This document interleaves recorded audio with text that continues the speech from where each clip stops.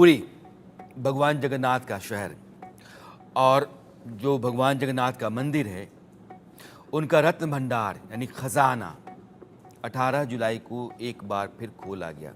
एक बार फिर मैं कह रहा हूँ तो इसका मतलब यह है कि बहुत पहले खोला गया था, 40 साल बाद खुला। इस दौरान जो एक बाहर का भंडार है, भंडार गृह कहिए, एक अंदर का है। तो आप अंदर वाले भंडार गृह में जो मौजूद आभूषण और कीमती सामान है स्ट्रांग रूम में उनको शिफ्ट किया जाएगा। इससे पहले रविवार को 46 साल बाद रत्न भंडार को खोला गया था। इसमें आउटर रत्न भंडार का सामान 6 बक्सों में शिफ्ट करके सील किया गया था। आउटर रत्न भंडार का सामान लकड़ी के 6 बक्सों में शिफ्ट करके सील कर दिया गया, लेकिन इनर रत्न भंडार का सामान अंदर वाले का उसको शिफ्ट नहीं किया जा सका।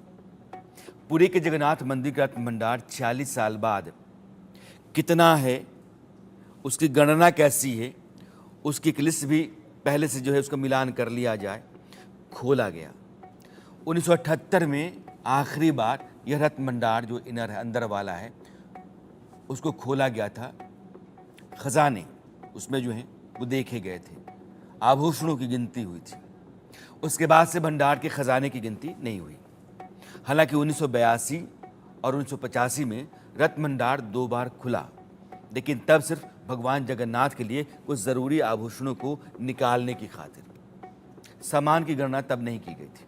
अब आपको बताते हैं कि जगन्नाथ भगवान के खजाने में क्या क्या है, जिसे देखकर कोई भी हैरान हो सकता है।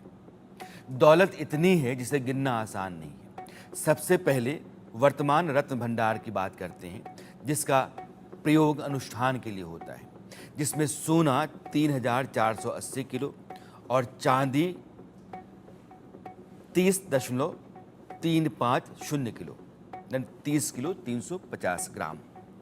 बाहरी रत्न भंडार जिसे कि त्यौहार के वक्त निकाला जाता है सामान, उससे इस भंडार में सोना 95 किलो 320 ग्राम और चांदी 19 किलो 480 ग्राम। और जो अंदर का रत्न भंडार है, कभी उसका खजाना इस्तेमाल नहीं हुआ। इस भंडार में सोना 50 किलो 600 ग्राम और चांदी 134 किलो 50 ग्राम है। इस तरीके से आप समझ सकते हैं कि भगवान जगन्नाथ के पास कितनी अकूत संपत्ति है। ये वैभवशाली भगवान है, भगवान जगन्नाथ। उनकी रत्न भंडार के निरीक्षण के लिए बनाई गई कमेटी के चेयरमैन जस्टिस विश्वनाथ रथ को अब आप सुनिए जरा। हम 9:51 पर हमने खोला ताला को, ताला खोल के बाहर भंडार का, भीतर भंडार का ताला खोला। उसके बाद उसका जो ये अलमीरा में जो है, आज अलमीरा खुलने का प्रयत्न हुआ। जहाँ पे ताला था उसको ताला खोला नहीं, तोड़ा गया। जहाँ ताला नहीं था उसको भी खोला गया। एक एक करके अलमीरा का संपत्ति एक एक अलमीरा को ले लिया गया। जो बाहर कुछ खुला हुआ संपत्ति था, वार मटेरियल कुछ था उसमें, तो उसको सेपरेट पैकिंग करके हम लोग ने उसको भी नंबर दे के सीरियल करके सब फिर पुनः उसको लेके पुनः नहीं, उसको लेके जो टेम्परेरी रत्न भंडार बना है उसमें रख दिया। अब आप जानते हैं कि भगवान जगन्नाथ पुरी में जिनका मंदिर है, उनका रत्न भंडार कैसा है। मंदिर का रत्न भंडार, जिसको आप कोषागार भी कह सकते हैं, मंदिर के उत्तर की तरफ है। भंडार की लंबाई 8.79 मीटर, चौड़ाई 6.74 मीटर और जो ऊंचाई है लगभग 11.78 मीटर है। रत्न भंडार के अंदर भगवान जगन्नाथ, उनकी बहन सुभद्रा और भाई बलभद्र के बेशकीमती कपड़े, आभूषण रखे गए हैं। भंडार में सालों से जगन्नाथ मंदिर को मिलने वाला चढ़ावा, जिसमें सोना, चांदी, हीरे, मोती, जेवरात, ये सब रखे हुए हैं। जगन्नाथ मंदिर का रत्न भंडार 2 हिस्सों में बटा हुआ है। पहला है बाहरी कमरा या चैम्बर कह सकते हैं आप इसको, और दूसरा अंदर का कमरा या chamber. Outer chamber, inner chamber, बाहर कक्ष, अंदरूनी कक्ष। दोनों चैम्बर के अंदर मंदिर के खजाने रखे हुए हैं, लेकिन इसमें थोड़ा फर्क है।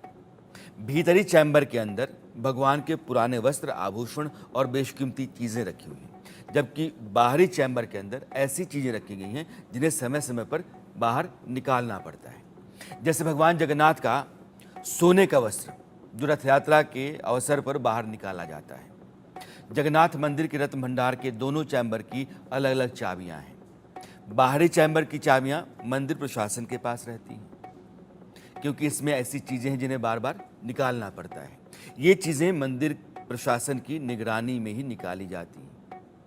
लेकिन जो अंदर का चैम्बर है उसकी चाबी राज्य सरकार के पास जमा रहती है।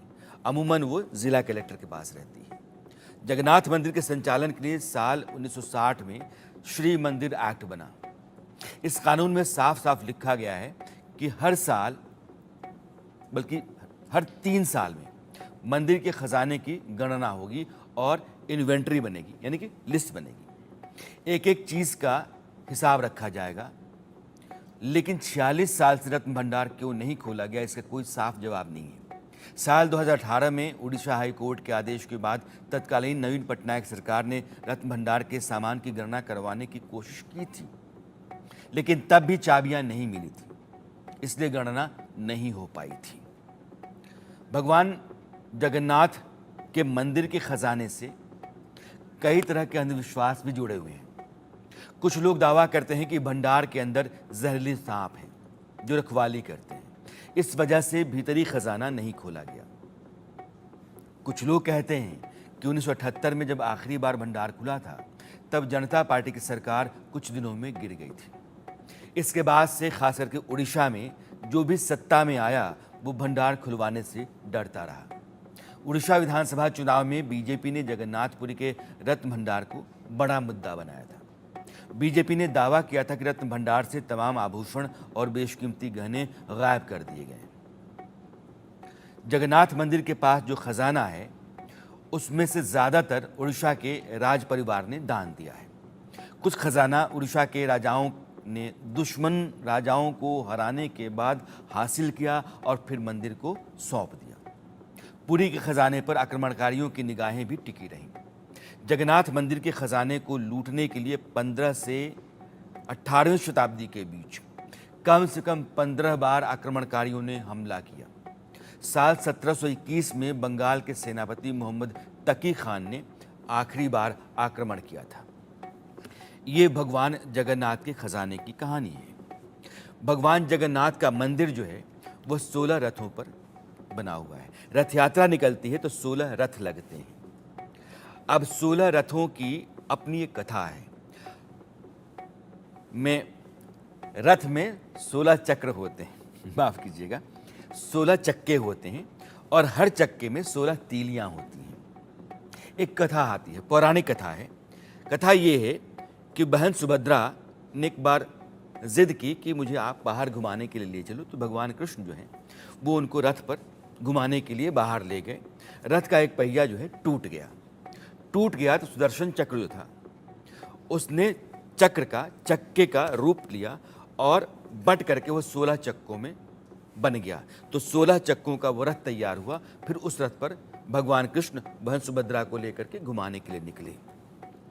जो सुदर्शन चक्र होता है वो चक्र जिसने इस रथ के 16 पहियों को तैयार किया था, या तो भगवान श्री कृष्ण चला सकते हैं या राधा रानी चला सकती हैं। राधा उत्कट प्रेम का प्रमाण है, इसलिए जो मंदिर है ये राधा और कृष्ण के प्रेम का सबसे बड़ा प्रतीक भी है। इस मंदिर का जो दूसरा बड़ा रहस्य है वो ये है कि इसकी ध्वजा रोज उतारी जाती है और चढ़ाई जाती है, और ध्वजा जिस ओर लहराती है हवा उसके विपरीत होती है। अभी आप स्क्रीन पर देख रहे हैं ना, ध्वजा जिस तरफ चल रही है हवा उस तरफ से नहीं आ रही है, हवा दूसरी तरफ से आती है और ध्वजा उसके विपरीत लहराती है। ये दुनिया का इकलौता ऐसा मंदिर है जो अपने आप में कई रहस्य समेटे हुए हैं। भगवान जगन्नाथ मतलब भगवान कृष्ण, और यहाँ सुभद्रा, बलभद्र और कृष्ण, इन तीनों का यह मंदिर है। इसलिए रथ यात्रा जो निकलती है तीनों की निकलती है। और तीनों की यात्रा 10 दिनों के लिए होती है, जो मौसी के घर जाकर के 7 दिनों के लिए ठहरती है। कहा यह जाता है कि मौसी घर जाकर के भगवान कभी बीमार हो गए थे तो वहाँ उनको रुकना पड़ा था, उसके बाद फिर वो घर लौटे थे। तो घर से मासी के घर जाना और मासी के घर से घर लौटना, यह जो यात्रा है यही भगवान जगन्नाथ की यात्रा है। और इस यात्रा को पूरा देश धूमधाम से मनाता है। लेकिन भगवान जगन्नाथ का जो खजाना है उसको आप कुबेर का खजाना कह सकते हैं, और यह खजाना भी अपने साथ कई रहस्यों को समेटे हुए है। आज अरसत में बस इतना ही। मेरी आपकी मुलाकात कल फिर होती है, तब तक ले दीजिए विदा।